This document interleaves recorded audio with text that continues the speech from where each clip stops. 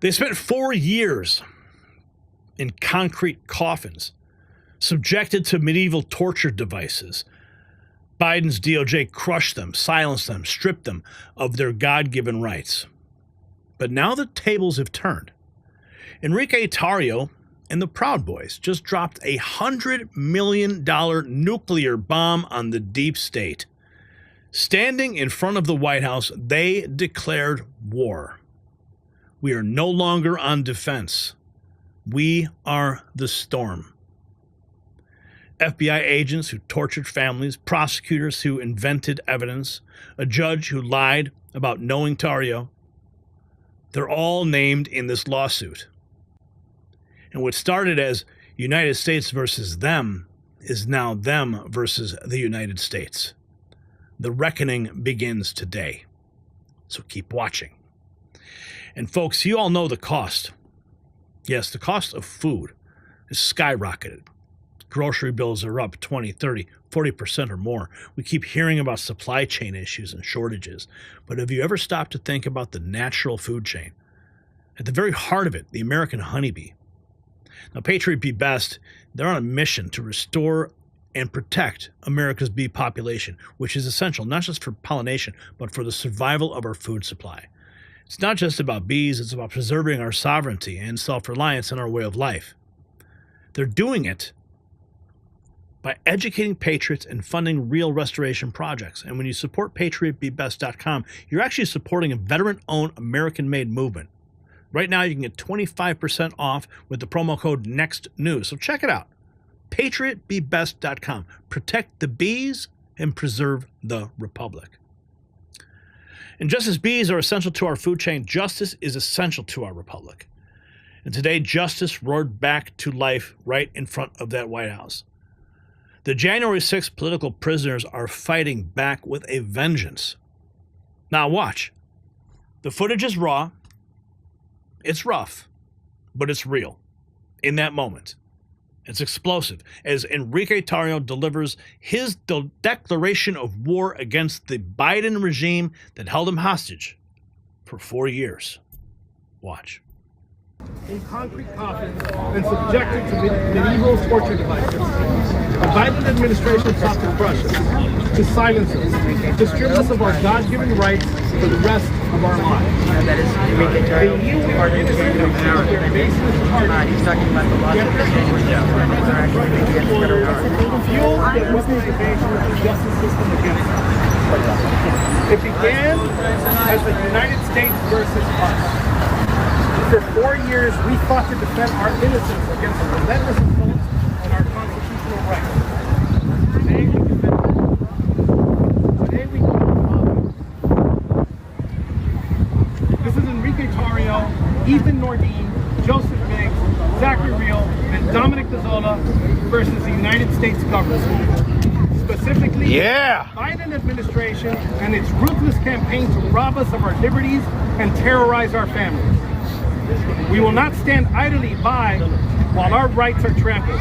On November 5th, 2024, the American people removed the boot of tyranny from our necks by electing a president who upholds the rule of law and Constitution.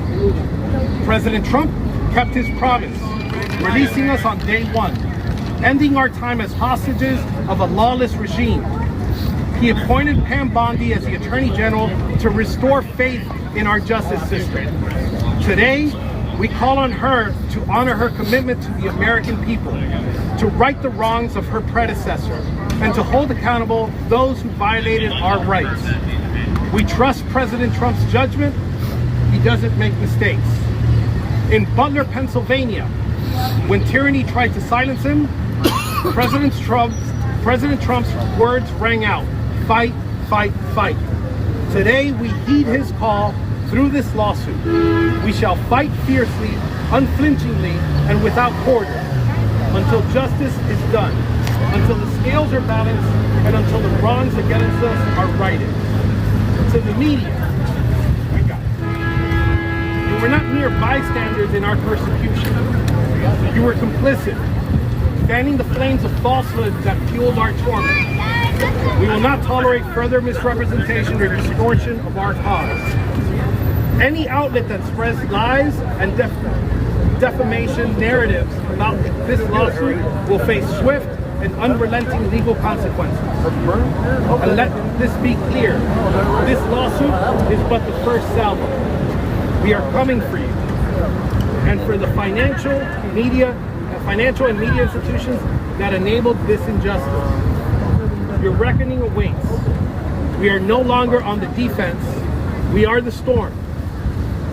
And we shall sweep aside all who obstruct our path to justice. Thank you. We will not back down. The fight begins now. Yeah. Just to briefly address you, one of the main reasons that I took this case was because the way this legal system has been used by the Biden administration is a shame to our forefathers and the legal system that they got from England, the common law system, where it is designed around people getting fair trials quickly, not being punished before they're convicted. The government not being allowed to invent or alter evidence and face no consequences. Fair and impartial trials. These things are the bedrock of our legal system, and the 4 years under President Biden almost certainly critically, if not mortally wounded the legitimacy of the American legal system. What I saw happen to the J6 people, and in particular to my clients, indicates to me that there's a lot of muck that needs to be raked out of the stables of the Department of Justice, and I hope that this lawsuit is the first step to bringing back an equal application of the law to all. Thank you very much, and I appreciate your time and attention, and if you have any questions for me, I'd be happy to answer. I have a question for Enrique. Enrique, were you frustrated that the mainstream media is getting the back illegal aliens due process when they didn't get your back when you were politically persecuted and in jail for 4 years pre-trial? We've seen Democratic senators bend over backwards and fly to other countries for criminal gangs and terrorists. And they did not even flinch when they sentenced me to 22 years and my brothers to 18, 17, 15, and 10 years, and across the spectrum of other J6ers. So to them, they're playing a political game. There was hostages in this country. It's not about any other country today, and that's why this lawsuit is so important to bring back law and order into our system. Thank you. What are you seeking, money damages or key tam action? Well, we brought Bivens action and malicious prosecution accounts. Depending on how things play out, I might bring state law malicious prosecution counts and amend the complaint. I don't know yet. It's going to matter what information comes out and what we get as we move along with litigation, and how cooperative the United States government is going to be with our suit. We are seeking compensatory damages because the 4 years that these people spent wrongly imprisoned not only destroyed businesses, hurt families, and caused them to live below the poverty line. They caused medical problems. Two of my clients were not properly taken care of while in prison. They weren't given the proper medication. They weren't properly diagnosed, and as a result, they have developed long-term and potentially lifelong medical conditions that obviously are going to need to be compensed by the government because they're the ones who caused it. There are the loss of federal benefits. We have a veteran among our plaintiffs who fought for our country and deserves deserves his veterans benefits and his help with his medical condition that he undertook when he was overseas, when he got them overseas. So we're asking for compensatory damages, but more importantly, we're asking for punitive damages. Punitive damages are designed to be based on hurting the person who did the wrong, not to specifically recompense the damage done to the plaintiff. And the reason why it's important to do that is because you have to rap wrongdoers on the knuckles. They have to feel it. And we ask for $100 million in punitive damages against the federal government because I want them to feel it. We want them to feel it because this sort of thing cannot continue. Now you say, do you have any specific named defendants within the government, specifically any legislative actors that had a role in the weaponization against your client and others, such as the Speaker of the House, such as the General Counsel of the U.S. Capitol Police leadership? Yesterday, it was just announced that a new Capitol Police chief has been selected. And are you going to be going after that institution as well as any of the others such as the executive branches, DOJ, and the courts? So we're going after. Well, I don't know that we can go to the courts, but this suit does include FBI agents in the Department of Justice and the prosecutors are among the does 1 through X, I through X, that haven't been identified because I don't know everyone who was involved in what happened yet. That's why we need to do discovery. But in terms of bringing in action against the legislator, that's a difficult question because of specific constitutional protections that legislators and legislatures have. In a lot of ways, they're unaccountable, and there's not a lot I can do in any suit against them. I'm open to trying to develop a legal theory that might let us do that, but right now, no. And I'm a big believer in, like, I'm asking for a certain thing, I want a certain thing, we're going a certain direction. Okay. I'm only going to hit the targets that are in my direct line of sight. So if I could bring the legislature in, but then what if that causes the litigation to go on for another year? Right, because I have to now deal with all these legislature issues. I'd much rather just stick to the focus. The DOJ and the FBI violated my client's constitutional rights. The people involved need to be punished, and my clients need to be recompensed for that injury. Thank you. Is this impromptu park closure related to the press conference here? Do we know? I have no idea. Okay. We have no idea. It could have been any number of things. Yeah. No, I believe that this is, again, speculative, but I think the president taking off and some issues that had to do with that. That's why we were moved. Is this separate from the class actions? Yes, it is. I'm not aware of the class action suit right now. We're focused on us. That's separate from us. And another thing that I've said is I hope this suit encourages those J6ers to also take action against the federal government, those people that wronged them, those people that put them in chains, those people that tortured them and made them hostages for the previous 4 years. You were at Lamont's sentencing hearing this morning. Do you have any comments on what you saw today or what the outcome was? What I saw today was a corrupt judge.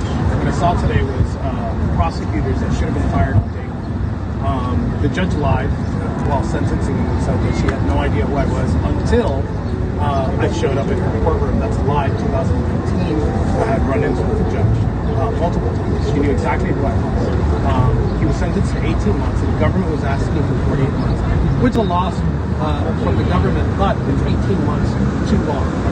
He also got 18 months of probation. It's 18 months of probation too long.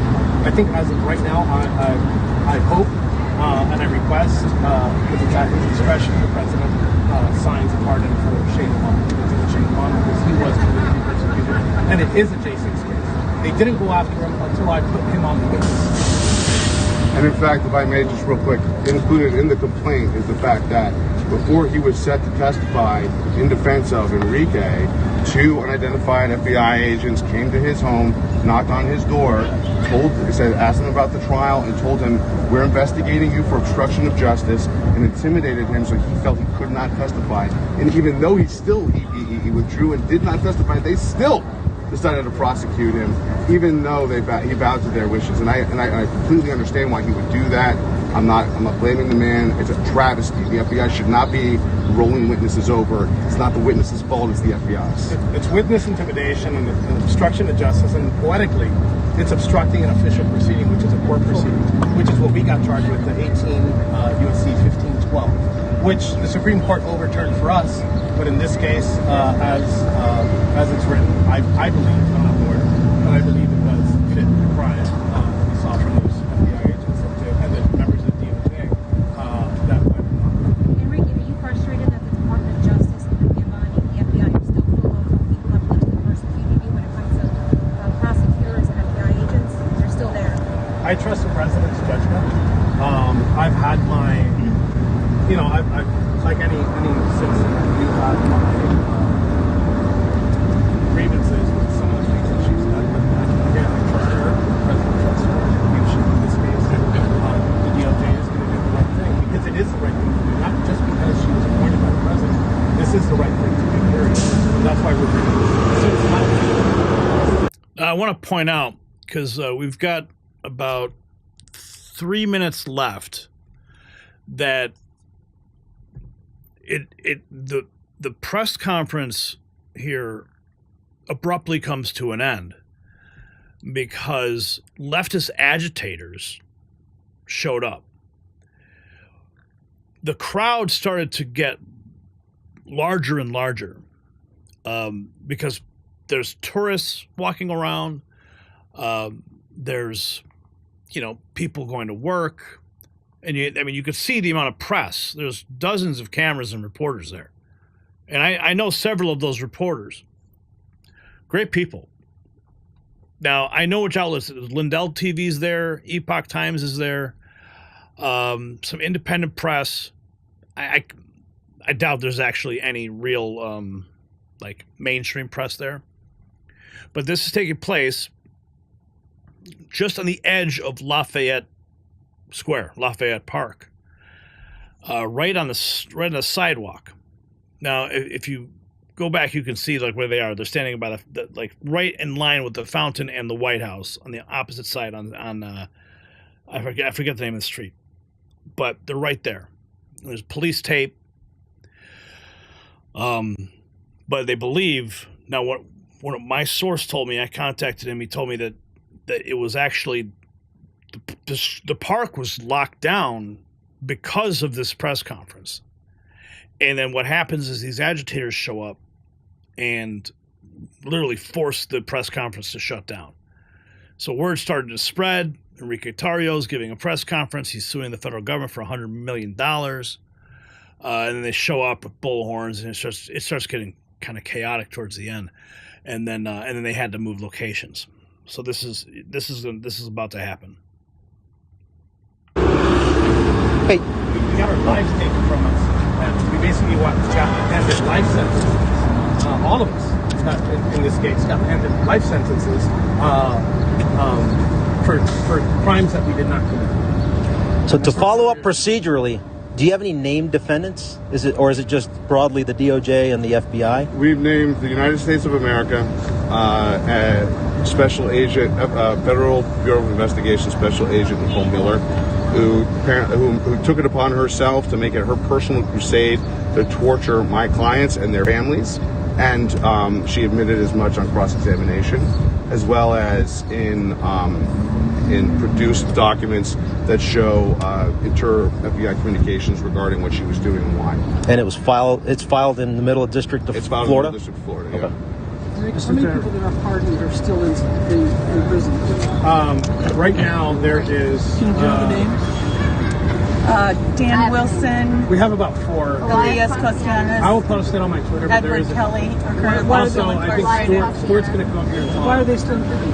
I can't tell you. But they're still fine. They're supposed to be. I think it's active. In spite of being pardoned. I can't speculate. I'll post it on my page and share constantly people that are focused on that information.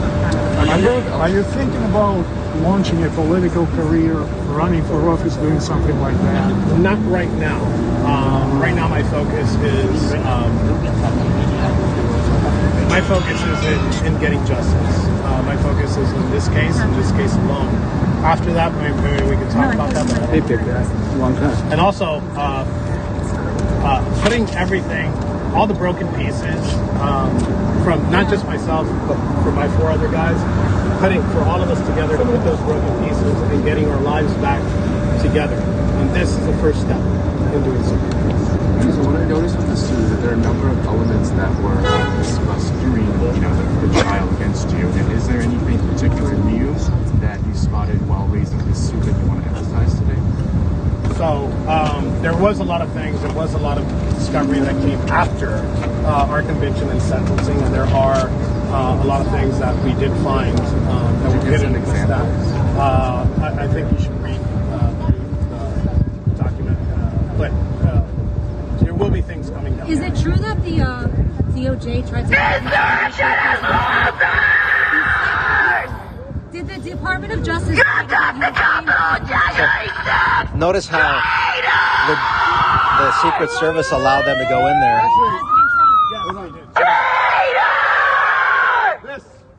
This is our enemy. These are the people who want to hurt you. These are the people who want to destroy you. These are the people who want to take away your freedom of speech. You have nothing better to do than to shout at a plaintiff in a court. So this guy organized the Capitol attack on January 6th. If you need my number, Traitor!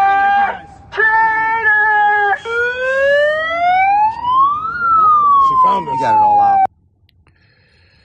So this wasn't just a lawsuit announcement, a battle cry for every American who's been crushed by weaponized justice.